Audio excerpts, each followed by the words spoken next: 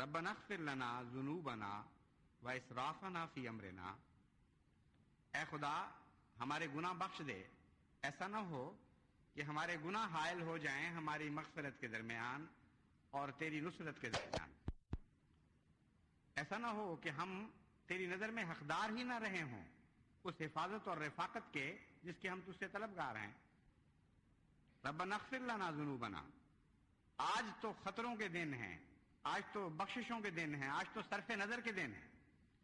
جو کچھ ہو رہا ہے تیرے نام پر ہو رہا ہے اور تیری وجہ سے ہو رہا ہے، اس لیے ہمارے گناہوں کو آج بھول دے. آج ہمارے گناہوں پر نظر کرنے کے دن نہیں ہیں.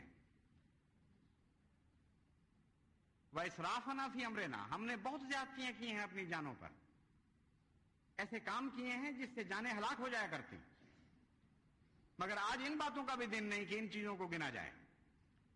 آج تو یہ دن ہے کہ ثبت اقدامنا، ہمارے قدموں کو ثبات بخش، ایسی قوت عطا فرما کہ یہ پیچھے ہٹنے کا نام نہ جانے. ونصرنا، اور ہمیں غلبہ عطا فرما، علی القوم الکافرین، ان لوگوں پر جو تیرے پیغام کے منکر ہیں.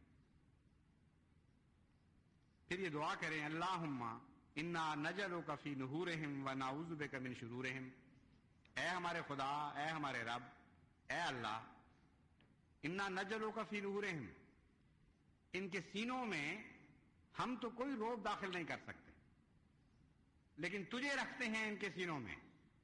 تو ہر سینے میں داخل ہونے کی طاقت رکھتا ہے. تو قوت اور شان اور ہیبت کے ساتھ ان کے سینوں میں اتر اور وہی کرنے پر مجبور کر جو تو چاہتا ہے. وَنَعُوذُ بِكَ مِن شُرُورِهِمْ، اور ان کے سینوں سے جو ارادے بد اعمال بن کر پھوٹیں گے اور شر بن کر ہم پر پڑنے والے ہیں، ان شرور سے ہم تیری حفاظت میں آتے ہیں. یعنی شر کے مبدا پر بھی پکڑ لے ان کو، اور شر جن پر پڑنے والا ہے ان کے در اور ان کے درمیان بھی حائل ہو جا. کیسی کامل دعا ہے. یعنی شر پہلے سینوں سے پھوٹا کرتا ہے، وہاں جنم لیتا ہے. تو اللہ تعالیٰ نے ہمیں سکھایا کہ یہ دعا کیا کرو، انا نجلک فی نحورہم، اے خدا وہاں سے پکڑ جہاں سے شر پھوٹ رہا ہے، جہاں جنم لے رہا ہے. اگر ان سینوں میں تو داخل ہو گیا تو شر رحمت میں تبدیل ہو جائے گا، شر کا باقی کچھ نہیں رہے گا. اس لیے جن سینوں میں خدا داخل ہو جائے وہاں سے توفیق ہی نہیں مل سکتی شر کو کہ وہاں سے نکلے اور دنیا میں فساد برپا کرے. اور اگر کچھ بدبخت ایسے ہوں جن کے سینے تیرے لیے بند ہیں، یعنی خدا زبردستی چاہے تو ہر سینے میں جا سکتا ہے، لیکن اس نے بھی ایک اپنا قانون مقرر فرمایا ہوا ہے کہ بعض سینے جو بدبختی میں حد سے بڑھ جاتے ہیں ان میں خدا نہیں اترا کرتا. تو ایسی صورت میں پھر ہمارے ان شروں کے درمیان حائل ہو جا جو ان سینوں سے پھوٹ کر پھر بد اعمال میں تبدیل ہو جایا کرتے ہیں. اور پھر یہ دعا کریں کہ ربنا لا تزغ قلوبنا بعد اذ ہدیتنا، اے خدا ہم تجھ سے یہ کہتے ہیں کہ غیروں کے سینوں میں اتر جا اور ان کی اصلاح فرما دے. تو کیسے ہو سکتا ہے ہم اپنے دلوں اور اپنے سینوں کو بھول جائیں؟ لا تزغ قلوبنا، اے ہمارے رب یہ نہ ہو کہ ہم غیروں کی اصلاح کی فکر میں ہوں اور ہمارے دل بگڑ جائیں. ہمارے دلوں کو کسی حال میں نہیں بگڑنے دینا.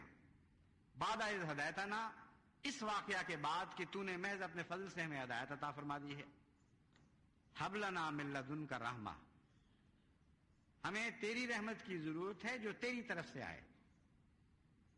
یعنی صرف رحمت عطا نہیں فرمایا بلکہ من لدنک رحمہ میں بہت ہی زیادہ پیار کا اظہار ہے اور غیر کی نفی کی گئی ہے. ہمیں کسی غیر کی رحمت کی کوئی پرواہ نہیں ہے. دنیا میں کوئی ہم پر رحم کھائے یا نہ کھائے، ہمیں اپنی جناب سے رحمت عطا فرما. انکا انت الوہاب، تو بہت ہی بار بار رحمت کے ساتھ رجوع فرمانے والا وجود ہے، بس ہم پر رجوع برحمت ہو. بس یہ وہ ہتھیار ہیں جو ہمارے ہتھیار ہیں. کچھ احمدی ایسے ہیں جو تنگی ہو یا آسائش ہو، دن ہو یا رات ہو، ہمیشہ مستعد رہتے ہیں. امن کی حالت میں بھی وہ راتوں کو اٹھتے ہیں اور دعائیں کرتے ہیں، اور ان کی یہ عادت ان کی فطرت ثانیہ بن چکی ہے. لیکن کچھ قوم کا حصہ ایسا بھی ہوا کرتا ہے، وہ اس وقت تک اپنے ہتھیاروں کو نکالتے اور صاف نہیں کرتے جب تک کہ خطرات سر پر منڈلانے نہ لگیں. بس آج ایسا وقت ہے جماعت پر کہ ہر مرد و زن، ہر بوڑھے اور بچے کو اپنے ہتھیاروں کو اٹھا لینا چاہیے اور صاف کرنا چاہیے اور چمکانا چاہیے.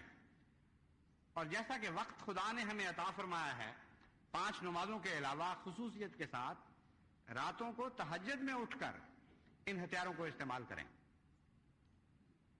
اور میں آپ کو یقین دلاتا ہوں کہ کوئی دنیا کی طاقت نہیں ہے جو ان ہتھیاروں کا مقابلہ کر سکے. حضرت مسیح موعود علیہ الصلوۃ والسلام کے الفاظ پر میں اس خطبے کو ختم کرتا ہوں. سب سے پہلے تو آپ فرماتے ہیں کہ میرا مقصد کیا ہے، یعنی جماعت کو متوجہ کرتے ہیں کہ اس مقصد کو کبھی نہ بھلانا.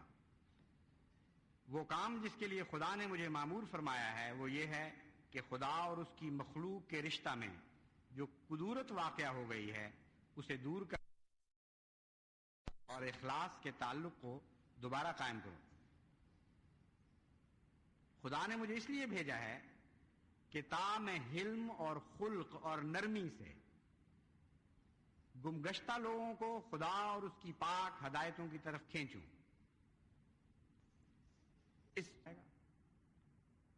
اور نرمی سے اپنی طرف بلانے کی بجائے جبر کے ساتھ اپنی طرف بلایا جائے گا. ایسے موقع پر اللہ تعالیٰ نے آپ کو جو تسلی دی وہ آج بھی آپ کو میں تسلی دیتا ہوں، کیونکہ خدا کا یہ کلام غیر مبدل اور اٹل ہے. اور حضرت مسیح موعود علیہ الصلوۃ والسلام کی جماعت کے لیے ہمیشہ کے لیے خدا کا یہ کلام زندہ رہے گا اور قائم رہے گا، اور کوئی نہیں جو اس کو بدل سکے. حضرت مسیح موعود علیہ الصلوۃ والسلام فرماتے ہیں خدا تعالیٰ نے مجھے بار بار خبر دی ہے کہ وہ مجھے عظمت دے گا اور میری محبت دلوں میں بٹھا دے گا اور وہ میرے سلسلے کو تمام زمین پر پھیلا دے گا. پھر فرماتے ہیں اور یہ سلسلہ زور سے بڑھے گا اور پھولے گا یہاں تک کہ زمین پر محیط ہو جائے گا. بہت سی روکیں پیدا ہوں گی اور ابتلا آئیں گے، مگر خدا سب کو درمیان سے اٹھا دے گا. مقصد کیا ہے حضرت مسیح موعود علیہ الصلوۃ والسلام کا، اور اس مقصد کو پورا کرنے کا طریق کیا ہے، یہ خوب کھول دیا ہے میں نے حضرت مسیح موعود علیہ السلام کے اپنے الفاظ میں. اور دشمن جب ڈرائے گا تو حوصلہ نہیں چھوڑنا، دعائیں کرنی ہیں، اور یقین میں ادنا سا بھی تزلزل نہیں آنا چاہیے کہ اللہ کے لیے پیدا فرمایا ہے اور اس زمین کے ہر چپے چپے پر غالب کرنے کے لیے پیدا فرمایا ہے، یعنی روحانیت کے زور سے اور اللہ کے فضل اور رحم کی طاقت کے ساتھ دلوں پر غلبہ نصیب ہونا ہے ہمیں. حکومتوں پر غلبہ نہیں، انسانوں کے قلوب پر غلبہ ہونا ہے، ان کے جسموں پر نہیں.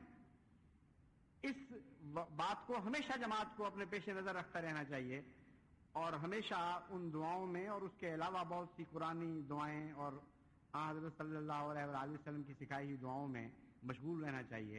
یقین رکھیں کہ لازماً آپ ہی غالب آئیں گے اور لازماً آپ کو مٹانے والے خود مٹ جائیں گے لیکن آپ کو کبھی نہیں مٹا سکیں گے انشاءاللہ تعالی.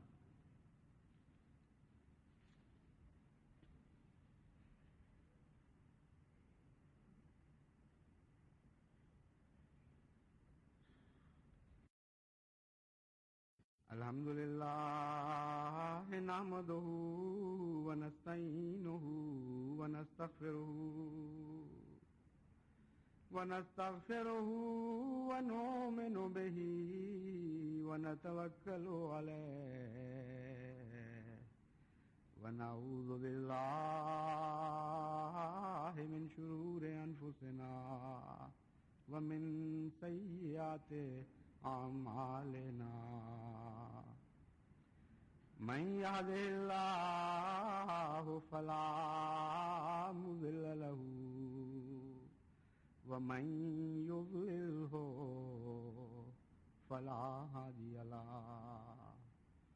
ونشهد أن لا إله إلا الله وحده لا شريك له ونشهد أن محمدًا عبده ورسوله. ایک دعا میں بیان کرنی بھول گیا تھا، وہ بھی بہت اہم دعا ہے اور اس سے دل میں نرمی اور حلم پیدا ہوتا ہے اور غیظ و غضب اور نفرت کی بجائے بنی نوع انسان کی محبت زیادہ جوش مارتی ہے. اور وہ بھی مسنون دعا ہے، وہ یہ دعا ہے اللہم اہد قومی فإنهم لا يعلمون، اے خدا ہم پر ظلم کرنے والے نادان ہیں، جہالت اور لا علمی میں ہم پر ظلم کر رہے ہیں. ہماری دعا یہی ہے کہ ان کو ہدایت دے اور ان کو اپنی راہ پر ڈال دے. بس یہ دعا بھی اگر الفاظ میں عربی کے الفاظ میں یاد نہ ہو تو میں نے بیان کر دیا. اس مضمون میں اپنے پر ظلم کرنے والوں کے حق میں ضرور یہ دعائیں کریں، کیونکہ مظلوم جب اپنے ظالم کے حق میں دعا کرتا ہے تو ایک خاص موقع ہوتا ہے، اس میں ایک خاص قوت پیدا ہو جاتی ہے اور اللہ تعالیٰ کی رحمت ایسی دعا کو ضرور قبول فرما لیتی ہے. عباد اللہ رحمکم اللہ، ان اللہ یامر بالعدل والاحسان وایتاء ذی القربی